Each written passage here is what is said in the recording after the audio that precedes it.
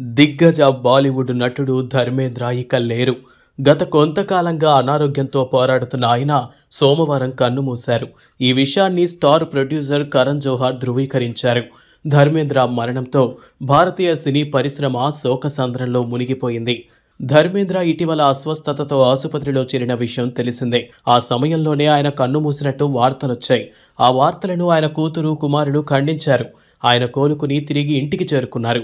ఇంతలోనే కన్ను మూయడం అత్యంత బాధాకరమని పలువురు సినీ, రాజకీయ ప్రముఖులు సంతాపం వ్యక్తం చేశారు. అత్యధిక సినిమాలతో సినిమా రికార్డులు. ధర్మేంద్ర 6.5 దశాబ్దాల పాటు నటుడిగా రాణించారు. భారతీయ సినిమాకి విశేష సేవలందించారు. ఆయన తన కెరియర్లో 300కు పైగా చిత్రాల్లో నటించారు.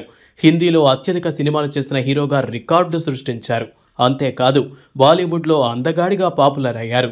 ఆయన అందానికి ఎంతో మంది అమ్మాయిలు ఫిదా అయ్యారంటే అతిశయోక్తి కాదు. అమ్మాయిలే కాదు, హీరోయిన్లు కూడా పడిపోయారు. ఆయనకు చాలా మంది హీరోయిన్లతో ఎఫ్ఐఆర్లున్నట్లు వార్తలు కూడా వచ్చాయి. ధర్మేంద్ర 2 పెళ్లిళ్ళు, ఫ్యామిలీ. ధర్మేంద్ర 1954లో ప్రకాష్ కౌర్ని వివాహం చేసుకున్నారు. ఆ తర్వాత 1980లో స్టార్ హీరోయిన్ హేమమాలినిని వివాహం చేసుకున్నారు. ధర్మేంద్రకి 2 కుమారులు సన్నీ డియోల్, బాబీ డియోల్తో పాటు కూతురు ఈషా డియోల్ ఉన్నారు.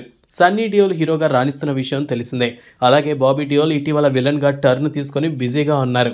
ఆయన యానిమల్తో విశేష గుర్తింపు తెచ్చుకున్నారు. తెలుగులో ఆయన, బాలయ్య నటించిన డాకు మహారాజులో కూడా ఆయన నటించారు. ధర్మేంద్ర సినీ అరంగేట్రం.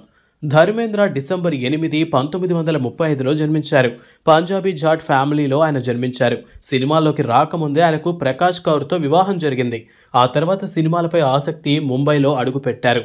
1960లో దిల్ భీ తేరా హమ్ తేరే అనే చిత్రంతో నటుడిగా అడుగుపెట్టారు. అయీ మిలాన్ కిబేలా, ఫూల్ ఔర్ పత్తర్ చిత్రాలతో విజయాలు అందుకున్నారు. హీరోగా మంచి గుర్తింపు తెచ్చుకున్నారు. ఆయే దిన్ బహర్కే చిత్రంతో స్టార్ హీరోగా ఎదిగారు. ఇక వెనక్కి తిరిగి చూసుకోవాల్సిన అవసరం ఆయనకు రాలేదు. ధర్మేంద్ర రాజకీయాల్లోనూ చురుగ్గా ఉన్నారు. ఆయన బీజేపీ నుంచి ఎంపీగా ఎంపికయ్యారు. ఆయన భారతీయ సినిమాకి అందించిన సేవలకు గాను భారత ప్రభుత్వం పద్మభూషణ్ పురస్కారంతో 2012లో సత్కరించింది.